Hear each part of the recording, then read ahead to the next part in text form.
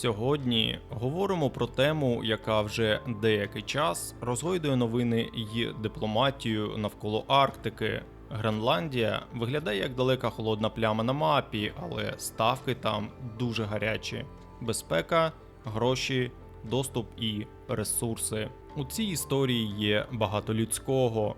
Для мешканців острова це питання дому і право вирішувати за себе. Для Данії це питання суверенітету і відповідальності. Для США це питання арктичного контролю і часу на реакцію. Про Гренландію інколи говорять мовою власності, ніби територію можна просто забрати або оформити. Але реальність тримається на важелях, які звучать буденно.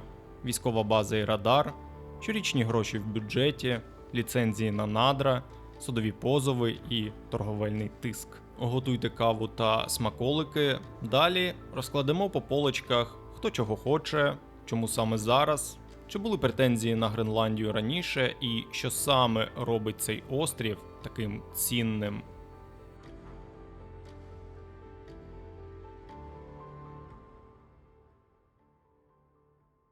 Досвід мого покоління, яке пройшло крізь горе і трагедію війни та провело більшу частину життя в туманному закуліссі нестійкого і крихкого напівмиру, полягає в тому, що людство ще не усвідомило. Встановлення справжнього і тривалого миру потребує напруженої праці, пильності та сумлінного застосування зусиль. Важливо передати цей досвід наступним поколінням.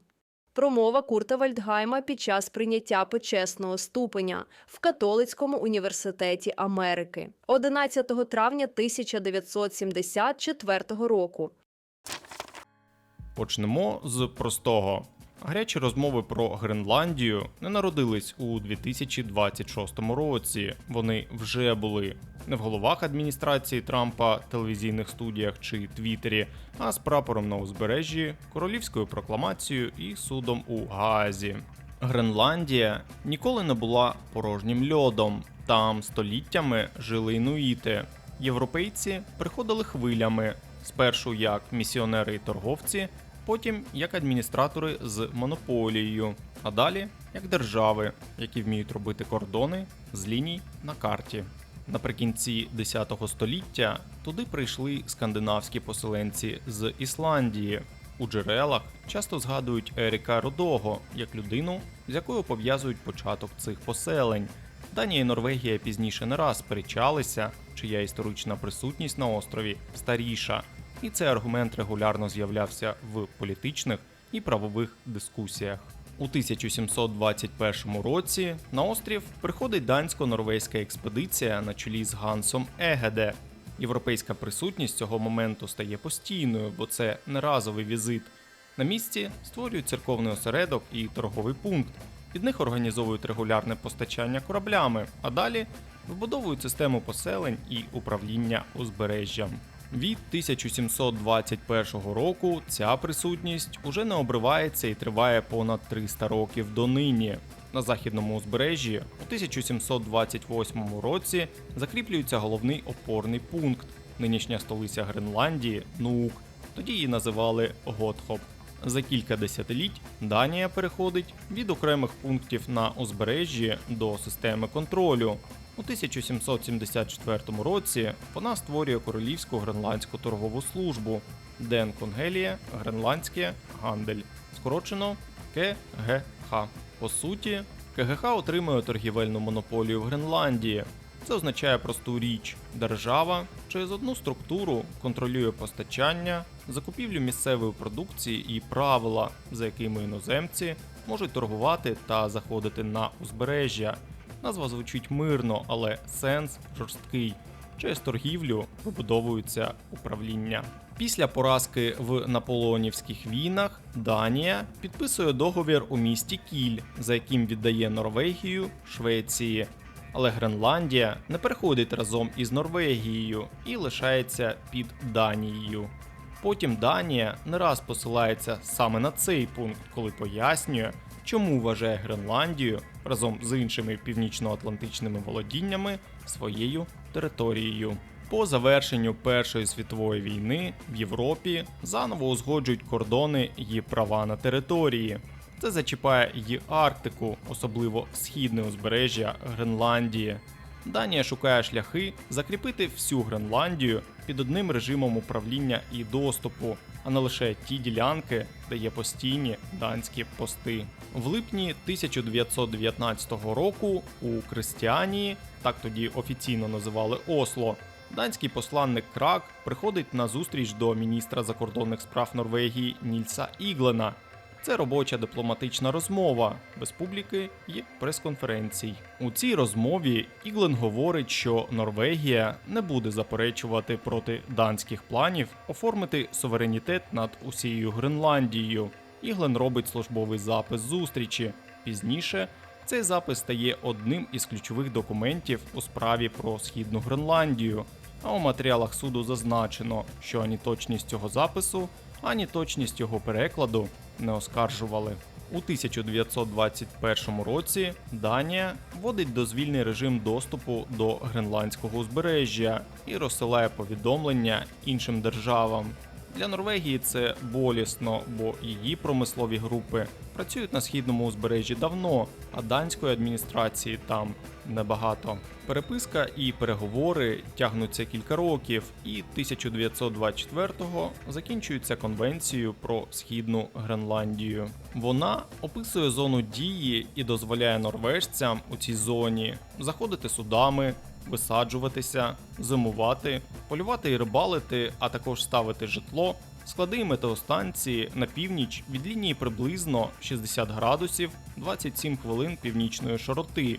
Є жорстка умова: якщо ділянку не використовують, право на неї можна втратити після 5 років відсутності. Домовленість двостороння, але її роблять публічною через Лігу націй. Обидві країни були членами Ліги, а за статтею 18 її статуту міжнародні договори мали реєструватися і публікуватися. Конвенцію реєструють і друкують у збірнику договорів Ліги націй, і текст стає відкритим документом, а не закритим папером між двома міністерствами. Але ця домовленість довго не протрималась. 27 червня 1931 року норвезька група на чолі з Галвардом Девальдом піднімає норвезький прапор у районі Мюкбукта. І вже 10 липня уряд Норвегії видає королевську прокламацію. Частину східного узбережжя Гренландії оголошують під норвезьким суверенітетом і називають «Земля Еріка Рудого».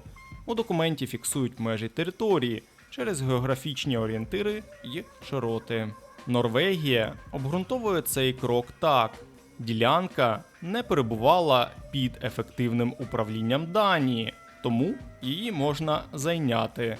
Данія відповідає інакше: суверенітет Данії поширюється на всю Гренландію, а односторонні проголошення на східному узбережжі вона не визнає. За 2 дні Данія подає справу до Постійної палати міжнародного правосуддя в Гаазі. Від подання до рішення минає 633 дні. 5 квітня 1933 року суд стає на бік Данії і не визнає норвезьку окупацію. Окремо, суд розглядає заяву норвезького міністра закордонних справ Нільса Іглена від 22 липня 1919 року і надає їй юридичну вагу в цій справі. Після цього спір про Гренландію не зникає, просто змінюється головний інструмент. У 1940-х на перший план виходить війна і безпека в Північній Атлантиці, а разом із ними присутність США.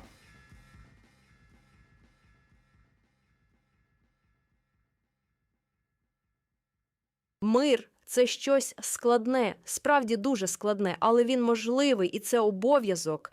Це означає, що треба виконати багато роботи, щоб здобути мир. Мир не приходить сам по собі. Він не тримається сам по собі. Він є результатом великих зусиль, великих планів. Ми маємо його бажати, ми маємо його заслужити. Мир – благо для всіх, і кожен має співпрацювати, щоб його зберегти. Певною мірою кожен і кожна з нас може і мусить співпрацювати. Послання папи Павла VI до Всесвітнього дня миру 8 грудня 1971 року. Після рішення суду 5 квітня 1933 року норвезька претензія на східне узбережжя юридично програє, але вже за кілька років тема повертається в іншому вигляді, не як спір про суверенітет, а як питання безпеки в Північній Атлантиці. 9 квітня 40-го року Німеччина окуповує Данію. Зв'язок із Копенгагеном стає нестабільним, а рішення щодо постачання, управління і безпеки в Гренландії треба ухвалювати на місці. 3 травня в поселенні Готгавен збираються дві гренландські ради – Північна і Південна. Вони підтверджують вірність королю Крістіану X і окремо звертаються до США з проханням, поки зв'язку з Данією майже немає, допомогти захистити данську владу на острові, безпеку людей і порядок. Цей текст із резолюції Гренландських рад не зникає в папках. На нього посилаються в преамбулі угоди між США і Данією про оборону Гренландії, яку підписують рівно через рік, 9 квітня 1941 року у Вашингтоні. Підписи ставлять держсекретар США Кордел Гал і данський представник у США Генрік Кауфман. Кауфман діє в умовах окупації Данії, коли уряд у Копенгагені не може нормально керувати островом і не може вести переговори у звичайному режимі. У Данії це викликає суперечки, а для США ця угода відкриває законний шлях розміщувати оборонні об'єкти в Арктиці, щоб не залишити цей напрямок без контролю. У 1945 році Європа виходить із війни, і Данія повертається до звичного управління. У США дивляться на Гренландію як на стратегічний пункт між Північною Америкою та Європою, і як на ділянку найкоротшого північного маршруту між США та Совєтським Союзом. Це логіка раннього попередження, базування і контролю повітряних шляхів, а згодом і ракетних траєкторій. 14 грудня 46-го в Нью-Йорку держсекретар США Джеймс Бірнс говорить із міністром закордонних справ Данії Густавом Расмусеном про можливість купівлі Гренландії. У розмові називають суму $100 мільйонів у золоті. Данська сторона пропозицію не приймає. Після відмови сторони йдуть іншим шляхом. Данія у 49-му входить до НАТО як одна з держав-засновниць. Далі питання Гренландії оформлюють уже в союзницькій рамці, не як купівля території, а як правило оборонної присутності і доступу в Арктиці. 27 квітня 1951 року США і Данія підписують нову угоду про оборону Гренландії. Вона уточнює правила американської присутності після війни і фіксує їх як частину спільної оборони. США отримують право будувати і утримувати оборонні об'єкти та визначати для них зони безпеки. Данія зі свого боку фіксує, що суверенітет над Гренландією лишається данським. І вже влітку 51-го починається будівництво великої американської бази на північному заході Гренландії. Тоді її називають база Тулі, зараз це Пітуфік. Проєкт має кодову назву Operation Blue Jay. І це масштабне будівництво з великою логістикою. Тисячі людей, великі обсяги вантажів морем і повітрям. Основні роботи тривають з 51 до 53 року. Проєкт довго не роблять публічним і офіційно про нього говорять вже тоді, коли будівництво йде повним ходом. У 1953 році з'являється ще одна частина цієї історії, яка часто губиться за словами про безпеку. Данська влада ухвалює рішення переселити інуїтську громаду з району Тулі, зокрема людей із поселення у Маннак, щоб звільнити територію під базу. Людей переводять у нове поселення далі на північ. Пізніше це стає предметом судових спорів у Данії, сперечаються про законність рішення і компенсації. 5 червня 1953 року Данія ухвалює нову конституцію і змінює статус Гренландії. Формально це більше не колонія. Гренландію роблять частиною королівства Данія як данську адміністративну одиницю, а також дають представництво у парламенті Данії. А вже наступного року Данія повідомляє Організацію Об'єднаних Націй, що більше не передаватиме звітність про Гренландію як про несамоврядну територію. Генеральна асамблея бере це до відома і закриває цю лінію звітності. Для Копенгагена це означає одне – Гренландія оформлена як внутрішня територія держави зі своїми правами і обов'язками. Наприкінці 50-х Данія публічно тримає позицію про відсутність ядерної зброї в мирний час на данській території. Ця позиція стає частиною офіційного образу країни, а в листопаді 57-го починаються розмови, які вже стосуються американських оборонних зон у Гренландії, оформлених угодами. Посол США в Данії Вал Петерсон обговорює це питання з прем'єр-міністром Данії Крістіаном Гансеном. Йдеться про можливість розміщення в американських зонах боєприпасів особливого типу. Відповідь Гансена з'являється письмово і не для публіки. Він посилається на оборонну угоду і не висуває заперечень. В Вашингтоні це фіксують як мовчазну згоду, а окремо відзначають ще одне – данська сторона не хоче розголосу. В ті самі роки американська присутність у Гренландії переходить у проєкти, де лід стає робочим середовищем. Наприкінці 50-х армія США починає будувати підлідний табір Camp Century в товщі льодовика. Публічно це пояснюють як інженерні і наукові роботи, перевірку того, чи можна довго жити і працювати в екстремальному середовищі, а у 1960-му ставлять малий ядерний реактор для енергопостачання. В розсекречених після Холодної війни документах армії США видно ширший задум під назвою Operation Ice Worm. План – створити під льодом мережу тунелів і позицій, придатних для розміщення ракет. Цей план не доходить до реалізації. Тунелі деформуються через рух льоду, витрати зростають і до середини 60-х задум згортають. Сам Camp Century закривають у 67-му році. 21 січня 68-го року стається подія, яка виводить проблему з паперів на перші шпальти. Літак Бі-52 військово-повітряних сил США, який летить у межах патрульної програми з ядерною зброєю, зазнає аварії біля бази Тулі. На борту 4 термоядерні бомби. Через пожежу екіпаж залишає літак.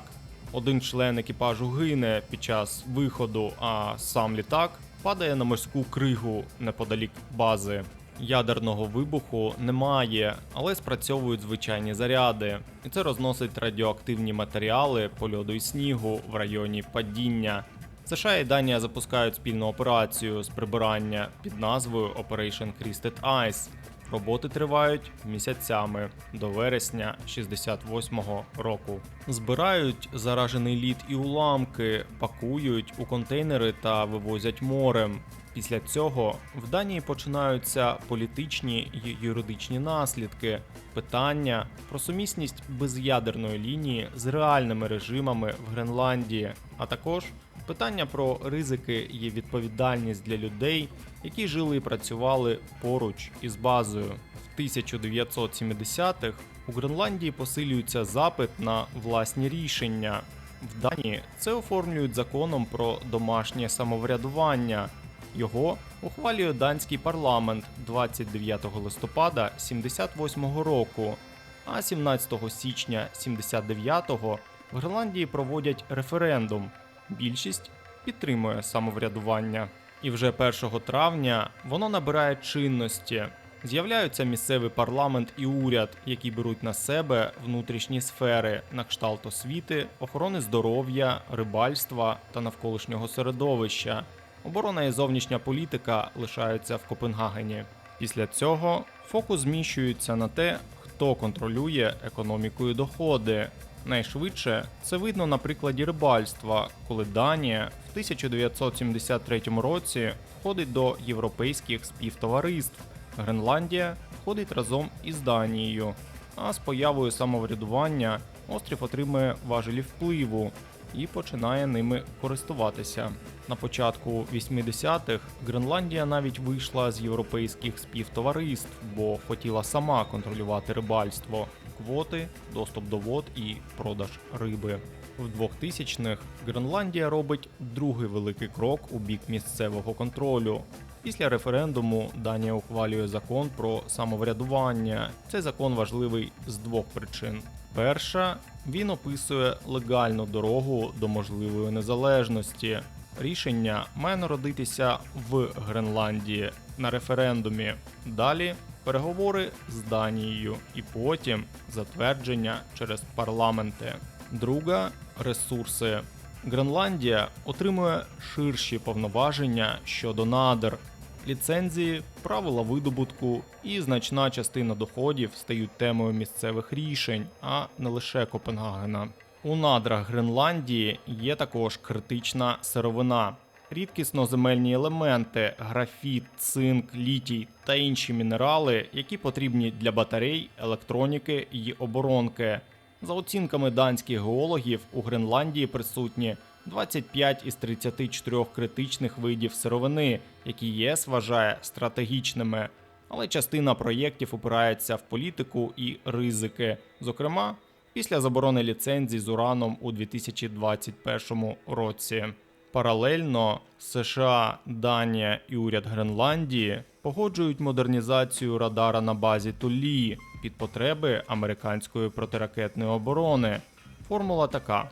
США зобов'язуються консультуватися і інформувати про великі зміни, але формального права вето у Данії чи Гренландії немає. Технічний контроль лишається американським. У 2019-му Дональд Трамп виносить тему Гренландії в публічний простір і говорить про можливість купівлі. І Данія, і влада Гренландії відповідають однаково – острів не продається. Після цього тема на деякий час зникає з перших шпальт, але не з американських розрахунків. Арктика також швидко теплішає. Лід і навігація змінюються, а великі економіки шукають критичну сировину поза залежними ланцюгами постачання.